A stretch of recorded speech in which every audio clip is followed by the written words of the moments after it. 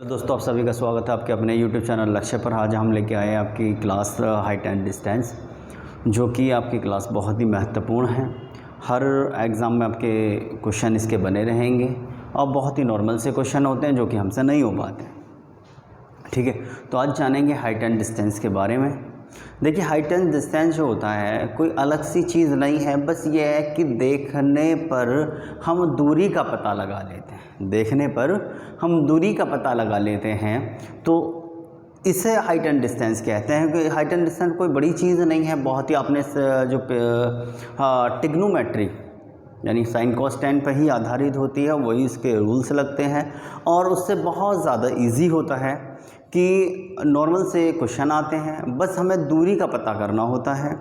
और दूरी एंगल से भी निकलती है। दूरी एक तो दूरी जब निकलती है, दूरी एक तो दूरी के मात्रक में निकलेगी, जैसे मीटर, किलोमीटर, सेंटीमीटर, या फिर एंगल में दूरी निकलती है। जैसे बहुत सारी जो आपकी इतिहास में मूवियाँ बनी होती हैं, तो वो क्या करते हैं, दूरबीन में उसको देखा, यानी किसी प्रतिबिंब या लेंस के से देखा गया तो पता चला कोई भी ऐतिहासिक मूवी है, ठीक है, और देखा कि दूसरे जो सेना है वो आ रही है, तो अंदाज़ा लगाया कि लगभग उस सेना को आने में 2 दिन का समय लग जाएगा, या इतने पहर का समय लगेगा, या इतना समय लग जाएगा।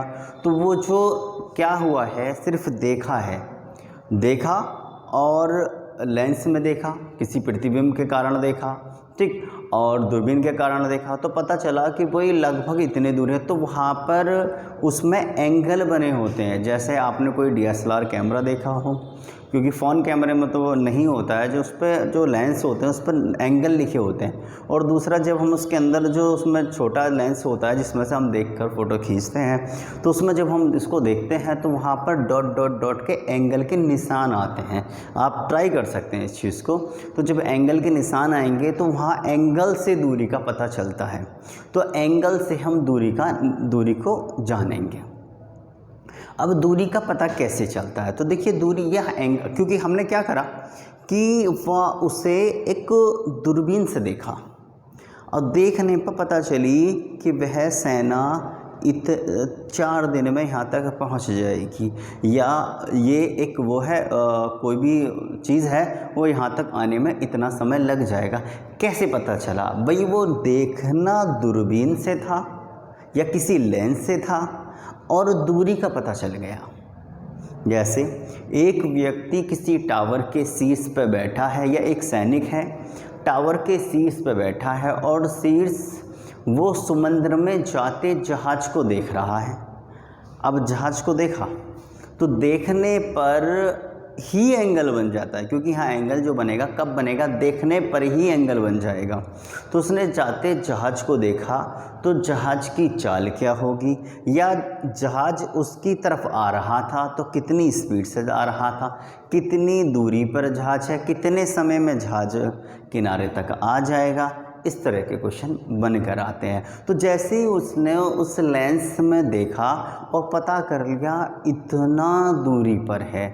अब दूरी लेंस से थोड़ी नपती है, उसमें कोई दूरी मात्रक थोड़ी होता, तो वहाँ एंगल से पता चलता है कि वो कितनी दूरी पर है। समय का भी और हर चीज़ का हमें पता चल जाएगा। तो हम जानेंगे अब कि वो दूरी कैसे निकालेंगे, एंगल को कैसे सॉल्व करेंगे, अब हाइट और डिस्टेंस कैसे कवर करेंगे, यानी कितनी ऊंचाई या कितनी दूरी पर और डिस्टेंस कितना है। ठीक है, जैसे एग्जाम्पल बहुत सारे हैं। कोई व्यक्ति है, वो मीनार के शीर्ष को देख रहा है। किसको देख रहा है? मीनार के शीर्ष को देखा। अब जब देखेगा तो कोई व्यक्ति है, मान के चलिए कि ये हमारी मीनार है, ये जो है हमारी मीनार है। अब मीनार को उसने देखा, अब जो देख रहा था अब इसके टॉप को देखेगा। किसको देखेगा? इसका जो टॉप है, ये मान के चलिए इसका टॉप बना हुआ है। तो जब इसके टॉप को देखेगा तो टॉप को देखने के लिए तो इसके नीचे से टॉप नहीं दिख पाएगा, नीचे से ऊपर दिख पाएगा। टॉप का मतलब है ये वाली चीज़। जब ये टॉप को देखेगा, क्योंकि नीचे से टॉप नहीं दिख पाएगा, तो कहाँ से देख रहा होगा, यहाँ से देख रहा होगा। जब ये यहाँ से उसको टॉप को देख रहा हो तो कुछ दूरी पर देख रहा हो, चाहे इधर से हो इधर से हो, क्योंकि ट्रायंगल में कोई फ़र्क नहीं पड़ेगा, क्योंकि किस पर सॉल्व होते हैं, ट्रिग्नोमेट्री सॉल्व होती है ट्रायंगल पे। ठीक, तो अब क्या है, ट्रायंगल तो हर एंगल से ट्रायंगल ही रहेगा, तो जब ट्रायंगल ही है तो कोई फ़र्क ही नहीं पड़ेगा। तो जब यहाँ से वो इसको देखेगा, मान के चलिए यहाँ से देख रहा है, वो व्यक्ति जो है वो यहाँ से खड़े देख रहा है, अब इसके टॉप को देख रहा है, किसको देख रहा है, इसके टॉप को देख रहा है, तो इसके टॉप को ऐसे देखेगा।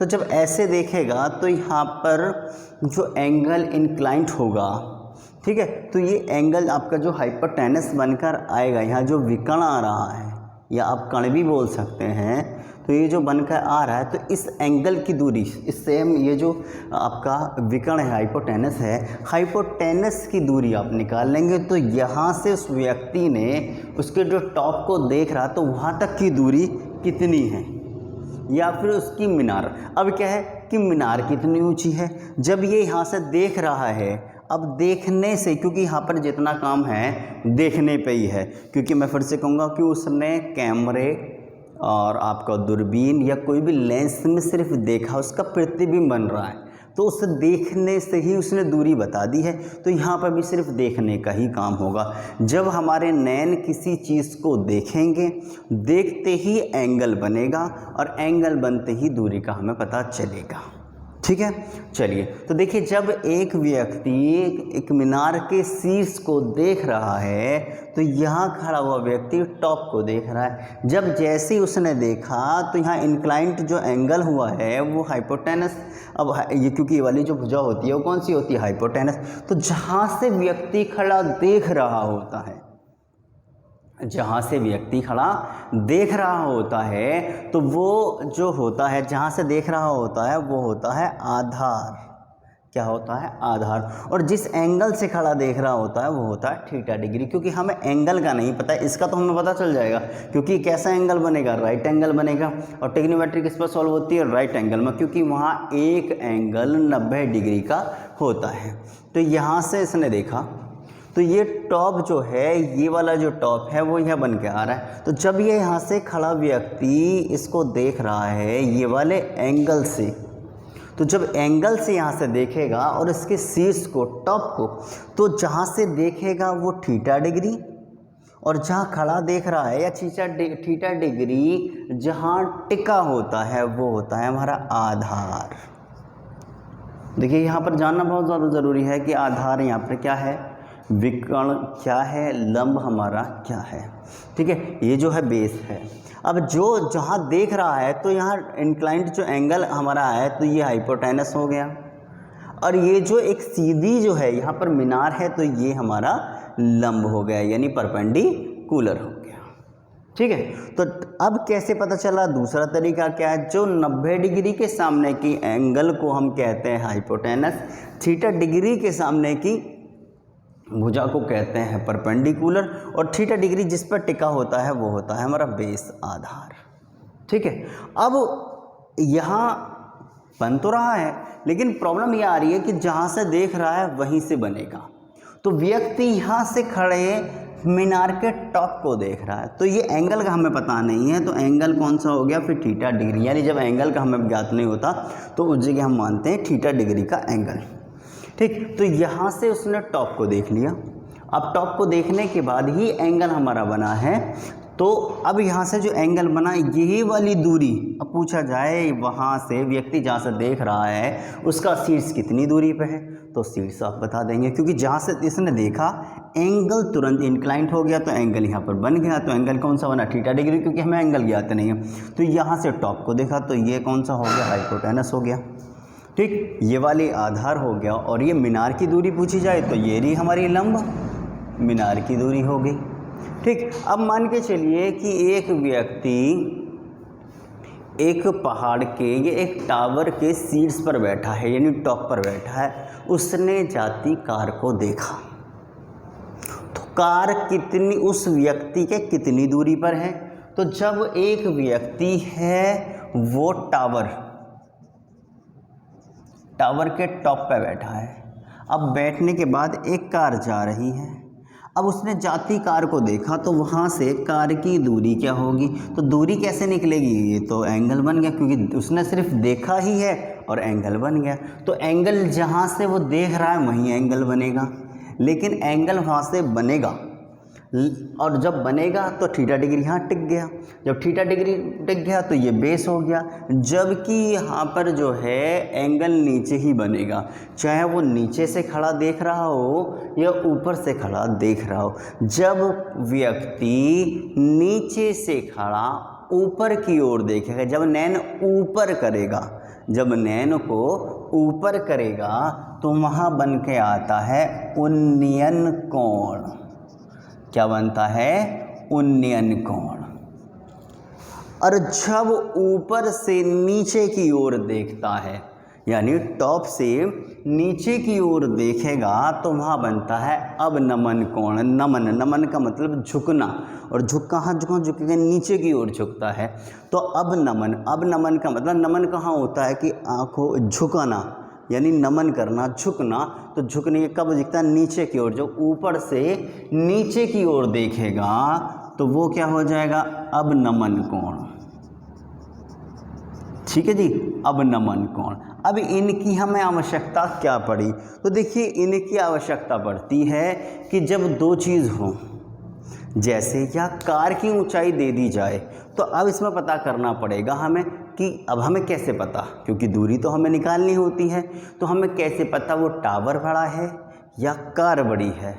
या एक व्यक्ति एक टावर पे खड़ा है और वहाँ से उसने पहाड़ को देखा या पहाड़ी को देखा, तो पहाड़ी को देखने पे अब हमें कैसे पता चला कि इसमें पहाड़ी की दूरी ज़्यादा है या फिर टावर की दूरी, या टावर की ऊंचाई ज़्यादा है या पहाड़ की ऊंचाई ज़्यादा है।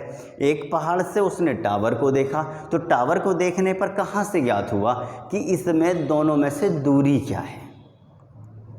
दूरी से मतलब कि किसकी ऊंचाई ज़्यादा है, या टावर ज़्यादा ऊंचा है या फिर आपका पहाड़ी ज़्यादा ऊंची है, या दोनों में कौन छोटा है कौन बड़ा है, कौन ज़्यादा ऊंचा है कौन कम ऊंचा है।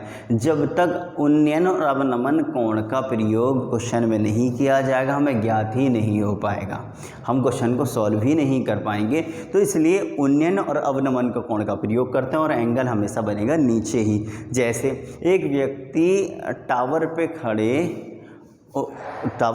उन्नयन कोण बनता है या उन्नयन कोण बनाता है, शीर्ष को देखकर उन्नयन कोण बनाता है। तो उन्नयन का मतलब अब वह ऊंचा देख रहा है, तो इसका मतलब टावर पर खड़ा जो व्यक्ति हो जो पहाड़ी को देख रहा है, तो इसका मतलब पहाड़ी की ऊंचाई ज़्यादा है।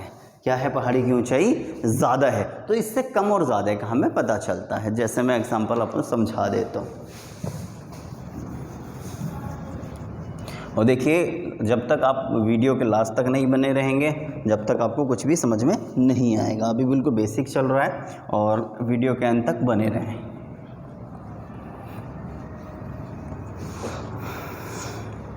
चलिए तो देखिए,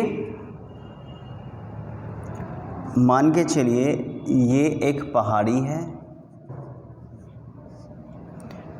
एक इसके बराबर में एक टावर है।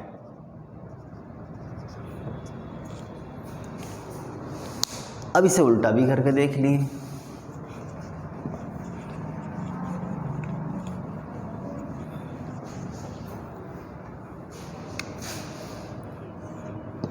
ये टावर है और ये पहाड़ी है। अब यहाँ पर हमें ऐसे कभी ज्ञात नहीं हो सकता कि दोनों में पहाड़ी बड़ी है या टावर। ये तो हमने एंगल वो डायग्राम बनाया हुआ है, तो यहाँ तो समझ में आ रही है, वैसे हमें कुछ भी समझ में नहीं आएगा। तो यहाँ से एक पहाड़ी से एक व्यक्ति ने टावर को देखा और उन्नयन कोण 30 डिग्री है।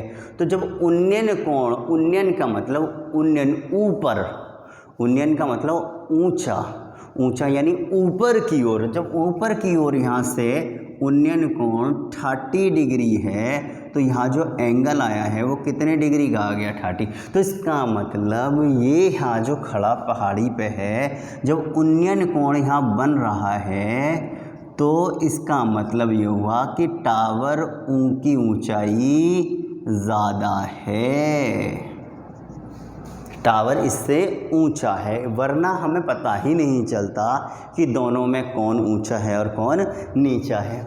जैसे इसने कहा कि टावर पर खड़े व्यक्ति एक पहाड़ी के टॉप को, शीर्ष को देख रहा है, बीच में भी देख सकता है, ऊपर भी देख सकता है, देखने में कुछ नहीं जाता, जहाँ नज़र यानी नैन जहाँ देखें वहीं एंगल बनेगा।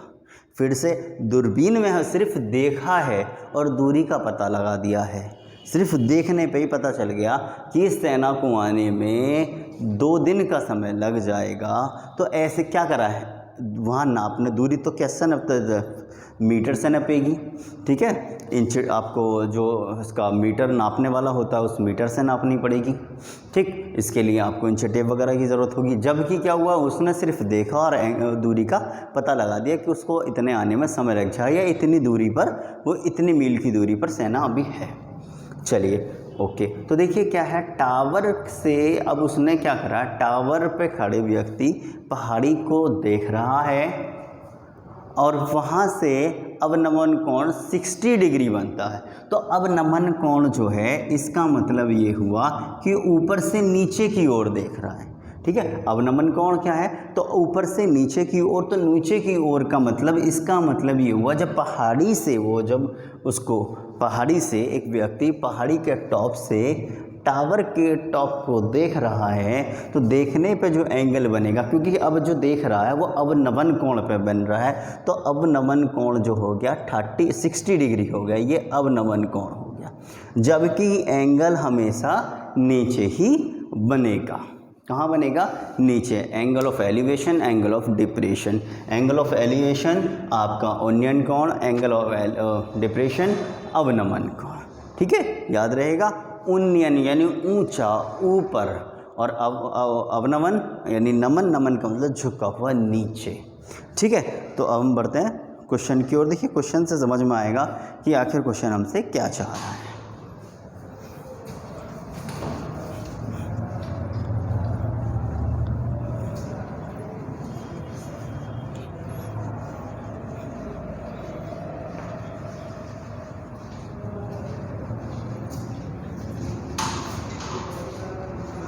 चलिए क्वेश्चन देखेंगे।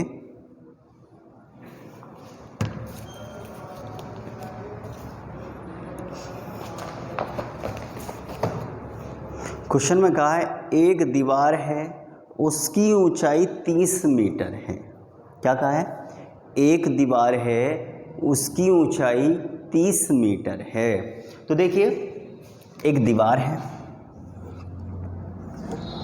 उसकी ऊंचाई 30 मीटर है। कितनी है, 30 मीटर उसकी ऊंचाई है, ओके।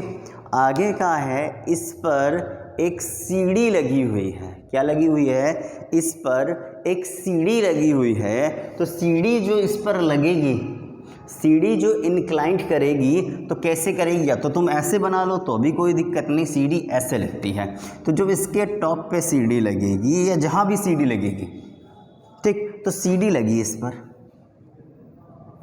ये जो सीढ़ी आपकी लगी हुई है, ये सीढ़ी लगी, जो सीढ़ी इंक्लाइंट होगी, तो सीढ़ी जब भी इंक्लाइंट होगी वो हाइपोटेनस पे इंक्लाइंट होगी। किस पे होगी, हाइपोटेनस पे इंक्लाइंट होगी। तो सीढ़ी जब लगी तो सीढ़ी ऐसे लगी, तो किस पे लगेगी, हाइपोटेनस पे इंक्लाइंट होगी, ठीक। आगे क्या क्या, और उस पर एक कोण 30 डिग्री का बनता है। कितने डिग्री का कोण बन रहा है, 30 डिग्री का कोण बनता है। तो ये जो एंगल आ गया, ये आ गया 30 डिग्री। यानी मैं क्वेश्चन समझाता हूँ। एक दीवार है जो कि 30 मीटर की दीवार है। 30 मीटर की दीवार होने के बाद उस पर एक सीढ़ी, यानी अब स्टेयर, वो एक इस पर इंक्लाइंट करती है, एक सीढ़ी इंक्लाइंट करती है। तो सीढ़ी इंक्लाइंट जब करेगी हाइपोटेनस पे करेगी, यानी विकर्ण कर्व इस पे करेगी, ठीक है, विकर्ण पे करेगी, हाइपोटेनस पे इंक्लाइंट करेगी, और उस इंक्लाइंट करने पर जो एंगल बन रहा है वो कितना बन रहा है, 30 डिग्री का एंगल बन रहा है। कितने डिग्री का एंगल बन रहा है, 30 डिग्री के एंगल बन रहा है। ठीक है, चलिए, तो यहाँ पर पूछा क्या गया है क्वेश्चन में, तो पूछा है CD की लंबाई क्या होगी, CD की लंबाई क्या होगी। ठीक है, ओके, तो देखो कैसे करेंगे हम क्वेश्चन को।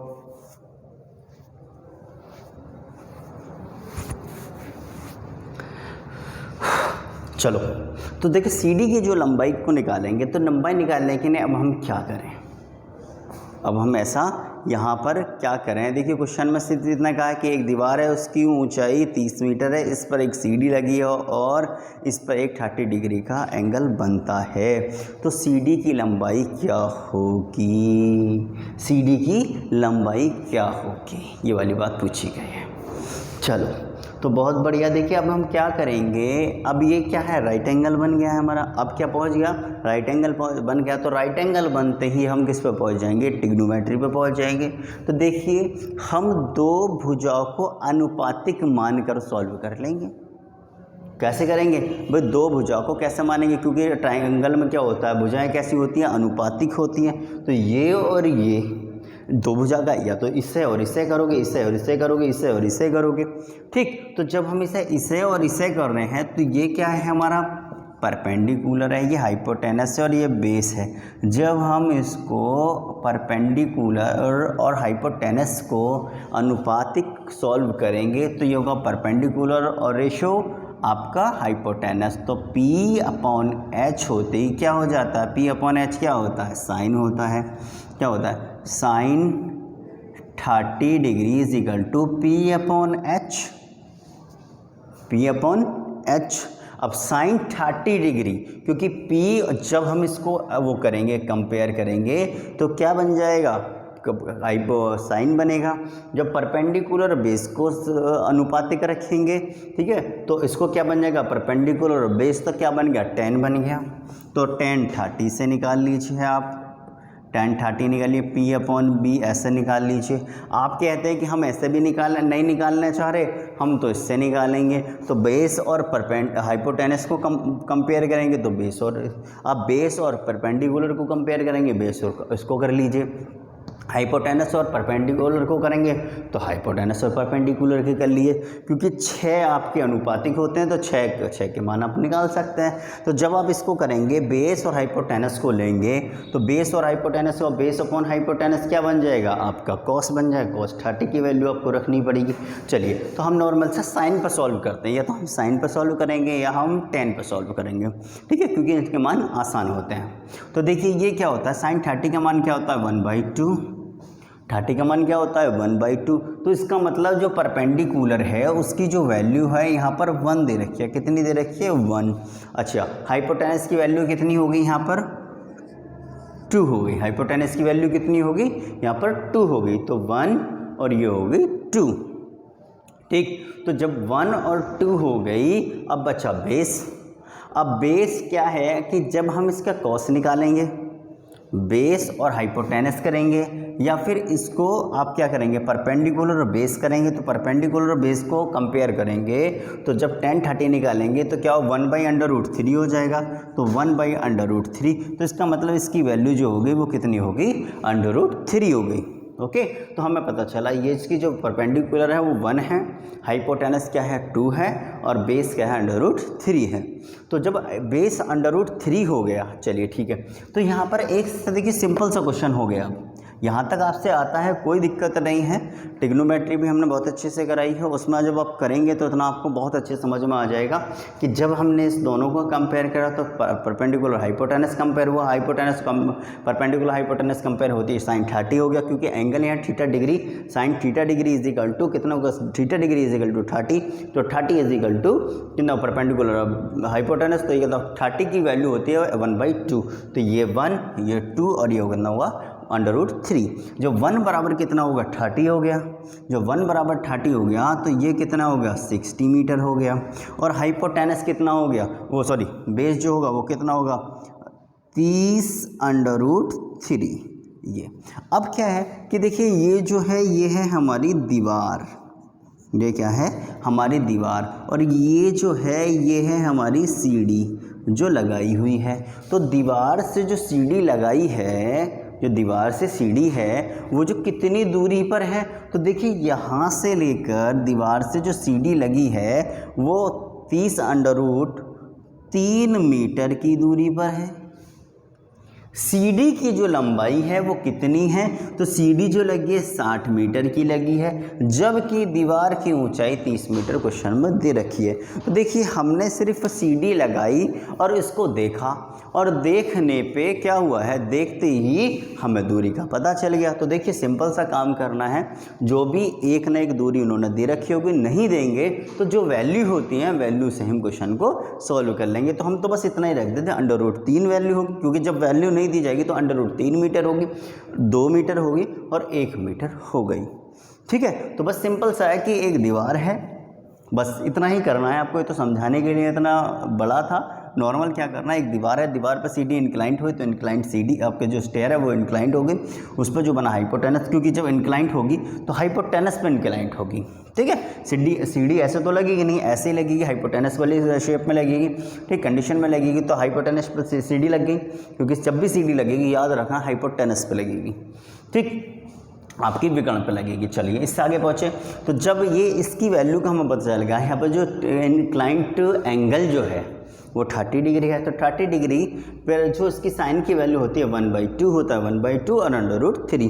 तो अब ये वैल्यू दे रखी है, 1 बराबर 30 दे रखा है, तो 2 बराबर 60 और √3 बराबर 30, √3 हो गया। ठीक है, तो एक दीवार से सीढ़ी की जो दूरी है, कितनी दूरी पर सीढ़ी लगी है, वो 30 √3 पे लगी है, और ऐसे ही आपका जो सीढ़ी है वो है 60 मीटर की। ठीक है, चलिए अभी हो सकता है कि कुछ को लोगों को समझ में ना आया हो, तो नेक्स्ट क्वेश्चन में वो भी आपको समझ में आ जाएगा। ठीक है, कॉपी करना चाहते हैं कॉपी कर लिए, अगला क्वेश्चन नोट कर लिएगा। और ये वैल्यू आपको देखिए याद ज़रूर करनी पड़ेंगी, इसमें बहुत ज़्यादा नहीं होता, 30 होगा, 60 हो गया और 45 हो गया। ठीक है, ये चीज़ें होती हैं, बाकी इसमें ख़ास ज़्यादा चीज़ें नहीं पूछी जाती हैं, और इससे ज़्यादा पूछी जाती है तो टेबल तो हमें याद है ही, फिर तो कितना भी एंगल बनवा दें।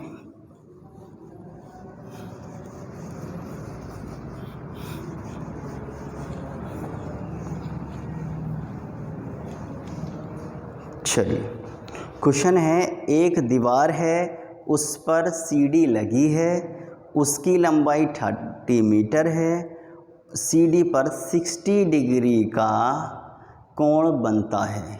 ठीक है, उसकी लंबाई, तो सीढ़ी लगाने पर जो एंगल बनता है 60 डिग्री का एंगल बनता है, तो दीवार की ऊंचाई बताओ और दीवार से सीढ़ी की दूरी क्या होगी, ये क्वेश्चन पूछा गया है। ठीक है, तो देखिए क्वेश्चन में कहा है एक दीवार है, तो सिंपल हम एक दीवार पर पहुंच गए।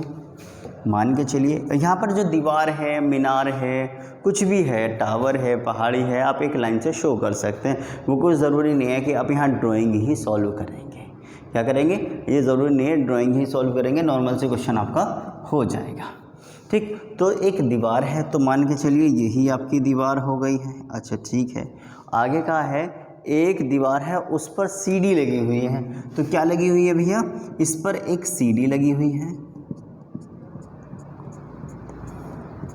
ये आपकी सीढ़ी हो गई, इस पर सीढ़ी लगी हुई है। अब सीढ़ी पर लगने के बाद क्या कहा है, तो उसकी लंबाई जो है सीढ़ी, इस पर सीढ़ी जो लगी हुई है वो 30 मीटर की लंबाई है, यानी जो हाइपोटेनस पे जो सीढ़ी लगी है वो कितने मीटर की है, 30 मीटर की दूरी पर है, यानी इसकी जो हाइट है सीढ़ी की वो कितनी है, 30 मीटर की हाइट है। ओके, आगे का है जो सीढ़ी इंक्लाइंट करने पर, यानी स्टेयर जो इंक्लाइंट की है, जब सीढ़ी लगी है, इंक्लाइंट जो एंगल बन रहा है वो 60 डिग्री का बन रहा है। कितने डिग्री का बन रहा है, तो यहाँ पर जो एंगल बन के आ रहा है वो कितने डिग्री का आ रहा है, 60 डिग्री का एंगल आ रहा है।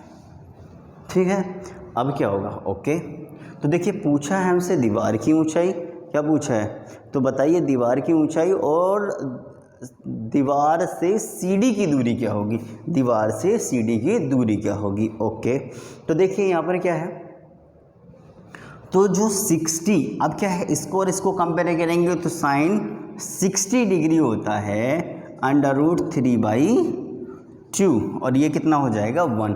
तो cos 60 डिग्री निकाल लेंगे बेस्ड अपॉन हाइपोटेनस 1/2 हो जाएगा। ठीक है, बस नॉर्मल सी चीज़ें निकालनी है, क्वेश्चन हमारा सॉल्व हो गया। इससे ज़्यादा इन्होंने कुछ भी नहीं दिया हुआ है। बनाइए क्वेश्चन को, देखिए हमारा स्ट्रक्चर बिल्कुल कंप्लीट हो गया है और आराम से आप क्वेश्चन को बना सकते हैं, कोई प्रॉब्लम आपको नहीं होगी। ठीक है, ओके, बहुत अच्छा, कोशिश करें देखिए बनाने की। देखिए सारी चीज़ आपको सामने है, कोई प्रॉब्लम आपको नहीं होनी चाहिए। आपका आंसर आपको दिख रहा है, बिल्कुल सामने आंसर दिखेगा। तो देखिए जब इंक्लाइंट आपकी स्टेयर हो गई, 60 डिग्री का एंगल बन गया, तो हमने टेबल वाली वैल्यू, ठीक है, इसकी 0 से लेकर 90 डिग्री की जो वैल्यू है वो रखी है। तो जब इसको और इसको कंपेयर करेंगे, क्योंकि कंपेयर हम इसको ही क्यों कर रहे हैं, इसको क्यों नहीं कर रहे हैं, तो किसी भी और इसको क्यों नहीं कर रहे हैं, चलिए क्योंकि यहाँ वैल्यू दे रखी है, जो वैल्यू जिसको दे रखी हो तो कंपेयर उससे ही करेंगे जिसकी वैल्यू दे रखी होगा। और हम सॉल्व आसानी से, हमें साइन फर्स्ट पे आता है तो साइन की वैल्यू हमें पता होती है। तो देखिए ये क्या है, ये हाइपोटेनस हो गया, तो हाइपोटेनस इज इक्वल टू 2 है, तो 2 इज इक्वल टू 30, तो 1 इज इक्वल टू कितना होगा 15 मीटर। अब जब 1 बराबर 15 मीटर तो अंडर रूट कितना 15√3 मीटर, ये हमारा आंसर। तो दीवार जो हो गई 15√3 हो गई, और जो दीवार से सीढ़ी जो लगी है वो 15 मीटर की दूरी पर लगी है। चलिए कॉपी कर लीजिए, क्वेश्चन को बना लिए।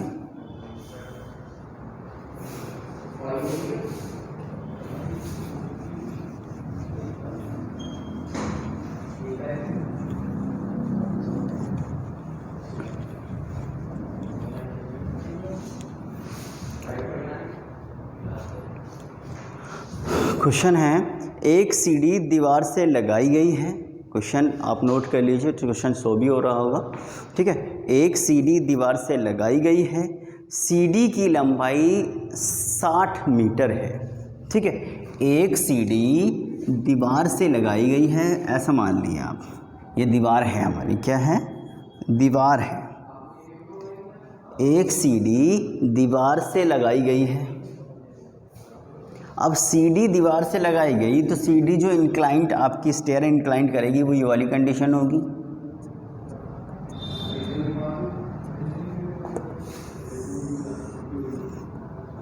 चलिए, तो यहाँ पर सीढ़ी जो इंक्लाइंट कर रही है, क्या कह रहे हैं, एक सीढ़ी दीवार से लगाई गई है, सीढ़ी की लंबाई 60 मीटर है।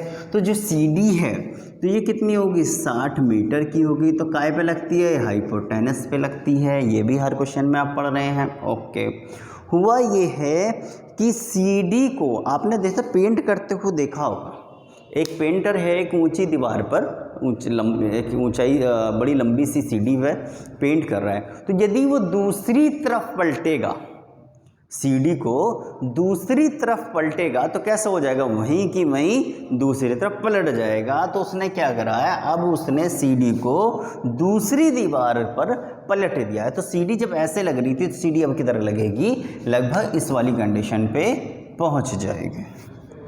तो देखिए ऐसे आ गई, जब सीढ़ी ऐसे आ गई तो अब ये जो सीढ़ी यूं लग रही थी अब कैसे होगी, इंक्लाइंट किधर हो गई, अब ये इस तरफ इंक्लाइंट हो गई। किस तरफ हो गई इंक्लाइंट, इस तरफ इंक्लाइंट। जो सीढ़ी इधर लग रही थी उसने क्या करा, पेंट करते करते क्या करते हैं, ऐसे करके पुश करके पीछे की ओर, यानी अब वो सीढ़ी इस दीवार से घूमकर इस दीवार पर लग गई। जब ये सीढ़ी 60 मीटर की है तो इस दीवार पर लगने के बाद कितनी होगी, 30 मीटर की नहीं, उतनी ही की रही होगी जितनी इधर है। तो इसका मतलब ये वाली जो हाइपोटेनस है ये भी 60 मीटर की हो गई। ठीक है, अच्छा जी, बहुत बढ़िया। तो ये हमारी स्टेयर वही है, कोई अलग स्टेयर नहीं है। इसने क्या करा, इधर से बदलकर ये इस तरफ हो गई है। चलिए और क्वेश्चन में क्या है, और इस दीवार पर 60 डिग्री का कोण बनना है। तो जो पहली वाली दीवार है हमारी, इस पर जो इस दीवार पर कितने डिग्री का कोण बना है, 60 डिग्री का कोण बना है। यानी जो इंक्लाइंट स्टेयर जो हमारी इंक्लाइंट हुई है तो कितने डिग्री पर हुई है, 60 डिग्री पर इंक्लाइंट हुई है। और क्या कहा है, यदि वह सीढ़ी दूसरी तरफ पलट दें, जब इधर पलट जाएगी तो वहाँ पर जो स्टेयर इंक्लाइंट एंगल बनेगा वो 30 डिग्री का बनता है। कितने डिग्री का एंगल बना, यहाँ पर जो एंगल बना है वो 30 डिग्री का एंगल बना है। ठीक है, तो पूछा क्या गया है, बस ये और जान लेंगे। तो पूछा गया है, देखिए क्वेश्चन में, तो उस जिस रोड पर सीढ़ी लगी है उस रोड की क्या लंबाई होगी। तो रोड कौन सा है, जिस रोड पर सीढ़ी लगी है, तो ये क्या है आपका रोड। तो इस रोड पर जो सीढ़ी लगी है उसकी लंबाई क्या होगी, ये वाली बात पूछी है। ये जो रोड है इस पर ये वाली कंडीशन, ये जो रोड है इसकी लंबाई क्या है, ये वाली बात आपसे पूछी गई है। तो देखिए आप सिंपल सा क्वेश्चन बन गया अब हमारा, भले ही ऐसे बना है लेकिन हो गया है। मैं फिर से समझाता हूँ, एक सीढ़ी लगी है, सीढ़ी को पलटकर दूसरी दीवार पे लगा दिया गया है, यानी इधर से पेंट कर रहा था मान के चलिए, उसने क्या करा, पुश करा और दूसरी दीवार पर पहुँच गया, वहीं की वहीं घूम गया। तो सीढ़ी यहाँ 60 मीटर की, यहाँ भी 60 मीटर की होगी। अब हम करेंगे 30 से, क्योंकि छोटा है। अब किसको करेंगे, इसको और इसको कंपेयर करेंगे, साइन को ले लेंगे, क्योंकि साइन हमने पहले भी पढ़ा है, इसलिए साइन 60 का मान क्या होता है 1/2। तो परपेंडिकुलर 1 और ये हो गया आपका 2, और तो ये कितना होगा √3। अच्छा ठीक, आगे पहुँचे हम। तो पहले इसकी वैल्यू भी लिखना चाहते हैं, लिख सकते हैं। तो 2 = 60 है, तो 1 = 30, तो ये कितना होगा 30√3 मीटर। कितना होगा 30√3 मीटर। अच्छा ठीक, उसके बाद क्या हुआ कि 60 को सॉल्व करेंगे तो 60 कितना होता है, परपेंडिकुलर कितना होता है 3√3, ये कितना होगा 2, और ये कितना हो जाएगा आपका 1। ठीक, तो देखिए ये सिंपल है। तो ये कितना है 2 = 60 है, तो 1 बराबर कितना हो गया 30 हो गया। जब 1 = 30 हो गया तो ये कितने हो गया आपका परपेंडिकुलर जो है यहाँ पर वो कितना होगा 30√3 मीटर हो गया है। अब रहा रोड की जो लंबाई क्या होगी, तो भैया 30 तो ये होगी और √30 ये होगी, यानी 30 + 30√3 मीटर। या तो तुम इसे यहीं छोड़ोगे, नहीं छोड़ते हो तो 30 कॉमन ले लिए, क्या बचा 1 + 30 से 30 कट गया, यहाँ क्या बचा √3 मीटर। ऐसे लिख लिए, दोनों में से कोई ना कोई आपका आंसर होगा। ठीक है, चलिए बहुत अच्छा, उम्मीद है आपको इंटरेस्ट आ रहा होगा। देखिए शुरू के क्वेश्चन नॉर्मल थे, जैसे जैसे एक क्वेश्चन धीरे धीरे बढ़ता जा रहा है आगे की ओर, है ना। ठीक है, आप बहुत अच्छे से सीख रहे हैं, बड़ा अच्छा लग रहा है कि आप इसे अच्छे से सीख रहे हैं। और देखिए यदि और भी अच्छा सीखना चाहते हैं तो वीडियो के हर एक वीडियो आप देखें, आने वाली जो अग्रिम आपकी वीडियो होंगी वो सबको देखना है। ठीक है, और उसको देखने के लिए आपको क्या करना पड़ेगा, सब्सक्राइब करना पड़ेगा और बेल का आइकन ना दबाना ना भूलें, ताकि सबसे पहले वीडियो आप तक पहुंच जाए। ठीक है, चलिए ओके, एक नेक्स्ट क्वेश्चन की ओर बढ़ते हैं। बिल्कुल क्वेश्चन बहुत अच्छे अच्छे क्वेश्चन हैं, इंटरेस्टेड भी हैं, ऐसा नहीं है कि ऐसे ही हो। देखिए एक क्वेश्चन, जैसे एक पेड़ है और पेड़ तूफान आने के कारण टूट गया। अब जो पेड़ है, पेड़ तूफान आया, पेड़ नॉर्मल सीधा खड़ा है। अब पेड़ एक तूफान आया, तूफान आने के कारण पेड़ क्या टूट गया, बीच में से टूट गया। टूटने पर क्या होगा, ज़मीन को छुएगा, और जैसे ही ज़मीन को छुएगा यानी ट्रायंगल बन जाए, कैसे ही जैसे ही ट्रायंगल बनेगा आपका क्वेश्चन सॉल्व हो गया। जैसे क्वेश्चन को हमें किस फॉर्म में लेके आना होता है, ट्रायंगल की फॉर्म में लेके आना।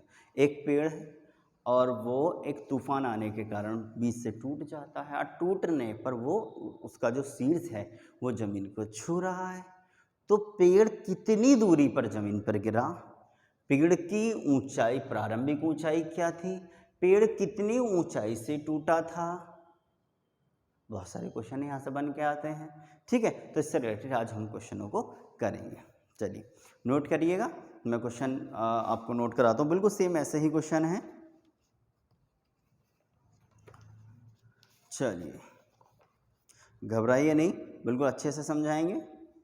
देखिए एक पेड़ है, तूफान आने के कारण बीच से टूट गया, तो मान के चलिए ये आपका पेड़ है, क्या है पेड़ है, तूफान आने के कारण बीच से टूट गया। मान के चलिए बीच लगभग चलो ये है, टूट गया, तो यहाँ से टूट गया। आगे का है बीच से टूट गया, टूटा हुआ भाग जमीन को छू रहा है, तो टूटा जो भाग है यहाँ से, जो ये भाग है टूट कर कहाँ गया, नीचे ज़मीन को छू रहा है। मान के चलिए ज़मीनी स्थल है आपका, ये क्या है, ज़मीनी स्थल है या ज़मीनी तल है, ये आपका ज़मीनी तल हो गया। तो ज़मीनी तल को छू रहा है, तो छूने पे ये जो यहाँ ऐसे छुआ है, तो छूने पर क्या होगा, एंगल बन जाएगा। चलिए जो देखें तो छू रहा, ज़मीन पर 30 डिग्री का एंगल बनता है। कितने डिग्री का एंगल बनता है, तो छूने पर यहाँ जो एंगल बन रहा है वो 30 डिग्री का एंगल बनता है। ठीक है, ये जो छूने पे जो एंगल बन रहा है वो कितने डिग्री का एंगल बन रहा है, तो छूने पर यहाँ 30 डिग्री का एंगल बनाता है। मैं फिर से क्वेश्चन को समझाऊंगा कि एक पेड़ है, तूफान आने के कारण बीच से टूट गया, टूटने के बाद जो ज़मीन पर गिरा है तो यहाँ से वो लगा हुआ है, ऐसे करके अधिकतर वो बीच में हाथों होता है पेड़ में और ज़मीन को छूने लगता है। जो उसका सीड्स है वो ज़मीन को छू रहा है, तो छूने पर जो यहाँ इंक्लाइंट एंगल है, यानी जब आपका एंगल इंक्लाइंट हुआ तो कितने डिग्री का एंगल बना, 30 डिग्री का एंगल यहाँ पर इंक्लाइंट हो गया। ठीक, तो पूछा क्या गया है, बस अब किस चीज़ को जानेंगे। तो कहा है टूटने से पहले पेड़ की लंबाई। अच्छा, टूटने से पहले पेड़ की जो लंबाई थी वो कितने मीटर थी, वो 60 मीटर थी। टूटने से पहले पेड़ की लंबाई कितनी थी, 60 मीटर थी। ओके, तो कितनी ऊंचाई से पेड़ टूटा है और यह पेड़ कितनी दूरी पर गिरा। अच्छा, दोनों चीज़। ओके, बहुत बढ़िया। तो ये जो पेड़ टूटने से पहले तो यहाँ से यहाँ तक की जो दूरी थी 60 थी ना, और बीच से टूटा है तो इसका मतलब कितनी दूरी से टूटा है, 30 मीटर की दूरी से टूटा है। ओके, जब ये 30 मीटर की दूरी से टूटा है तो अब 30 मीटर की दूरी से टूटा तो यहाँ पर जो टूटने के बाद जो गिरा है वो कितना गिरा होगा, जो टूटने के बाद जो गिरा है वो कितना गिरा होगा, बताइए, बोलिए, कितने गिरा होगा। ठीक है, या ऐसे नहीं जानना चाहते तो बिल्कुल मत जानिए, ऐसे कर ली है। तो देखिए हमें पता चल गई 60 मीटर की इसकी हाइट है। ओके, तो देखिए क्वेश्चन में कि इसका क्या होता है, ये वाला एंगल कितना होता है 1, ये कितना होता है 2 और ये कितना होता है √3, 1/2 √3। 30 डिग्री कितना होता है, sin 30 1/2 और cos 30 cos 30 हो गया बेसिक अपर हाइपोटेनस, यानी 3/2 हो गया। ओके, चलो बहुत बढ़िया। तो देखिए जब ये बीच से टूट गया, ओके, बीच से टूट गया तो जब 2 मीटर मान के चलिए कि 2 ही है, क्योंकि जब तक दूरी हमें पता ना हो तो हम तो वही वैल्यू को मानेंगे। तो देखिए जब यहाँ 2 है तो इसका मतलब टूटने से पहले भी तो 2 ही रहा होगा, जो इसकी वैल्यू 2 है। जब ये यहाँ से टूटकर ऐसे गिरा है तो इसका मतलब टूटने से पहले भी कितना रहा होगा, 2 ही रहा होगा ना। टूटने से पहले कितना रहा है, 2 ही रहा है। ओके, अब जब टूट के यहाँ गिरा है तो 2 है और उससे पहले कितना है, टूटने से पहले भी कितना होगा भाई, टूटने पे यहाँ गिरा है और उससे पहले जो टूटने से पहले कितना रहा होगा, वो भी 2 ही रहा होगा। तो जब ये 2 है और ये 1 है, कितना हो गया 3, 2 और 1, ये पूरी लाइन कितनी होगी 3 की, और ये तो कह रहे हैं 60 मीटर की, तो 3 बराबर 60 तो 1 बराबर कितने के, 20 मीटर के। अच्छा ठीक है, तो ये कितना होगा 20 मीटर का, तो बाकी कितना बचा 40 मीटर का। जब 40 मीटर का ये है तो टूटने के बाद भी तो 40 मीटर का ही रहा होगा। जब 1 बराबर 20 का तो कितना होगा 20√3 मीटर। हो गया हमारा क्वेश्चन। तो देखिए कितना टूटा है, 40 मीटर का टूटा। कितनी, यानी पेड़ जो टूटा है वो 40 मीटर का टूटा है। पेड़ से कितनी ऊंचाई से टूटा है, 20 मीटर की ऊंचाई से टूट गया है। पेड़ कितनी दूरी पर ज़मीनी तल पर गिरा है, तो टूटने के बाद 20√3 मीटर की दूरी पर गिरा है। ठीक है दोस्तों, चलिए, तो उम्मीद है कि आपको वीडियो पसंद आया होगा और आप शेयर, लाइक और कमेंट करना ना भूलें, और बेल आइकन तो बिल्कुल नहीं भूलें, क्योंकि आपको सबसे पहले वीडियो चाहिए तो बेल आइकन आपको प्रेस करना ना भूलें। ऐसी वीडियो चाहिए तो आप कमेंट में डालें ताकि हम और अच्छे से मेहनत करें और आप तक ये वीडियो आप उसका लाभ उठा सकें। ठीक है दोस्तों, धन्यवाद।